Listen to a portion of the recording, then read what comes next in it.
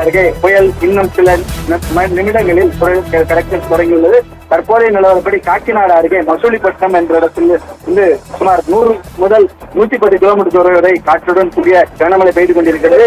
காக்கிநாடு அருகே மசூலிப்பட்டினம் பகுதியில் அடுத்த 3 மணி நேரத்துக்கு கனமழை இருக்கும். அதேபோல் அந்த கரையோர பகுதியில் வசிக்கும் மக்கள் பாதுகாப்பாக ஏற்கனவே அப்புறப்படுத்தப்பட்டிருந்தாலும் தற்போது முழுமையாக போக்குவரத்து நிறுத்தப்பட்டுள்ளது. குறிப்பாக அந்த அடுத்த 3 மணி நேரத்திற்கு இந்த பகுதியில் கனமழை பெய்யும். தற்போது புயல் கரையை கடக்க தொடங்கியிருந்தாலும் இதன் தாக்கம் அடுத்த 3 மணி நேரத்திற்கு நீடிக்கும் என்று வானிலை ஆய்வு மையம் சார்பில் தெரிவிக்கப்பட்டுள்ளது. தொடர்ந்து இந்த பகுதியில் தற்போது போக்குவரத்து முழுமையாக நிறுத்தப்பட்டுள்ளது. அதாவது தீயணைப்புத்துறை மற்றும் உள்ளூர் மாவட்ட நிர்வாகம் சார்பில் பல்வேறு பாதுகாப்பு ஏற்பாடுகள் செய்யப்பட்டிருந்தாலும் பொதுமக்கள் யாரும் வெளியில் வர வேண்டாம் என்று எச்சரிக்கை விடுக்கப்பட்டுள்ளது.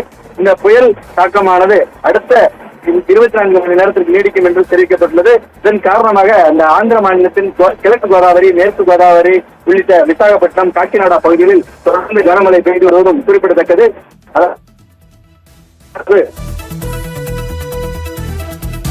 தற்போது நிறுத்திக் கொண்டிருந்தால் பல்வேறு பகுதிகளில் பல வருடங்கள் பழமையான மரங்கள் கூட வேரோடு சாய்ந்து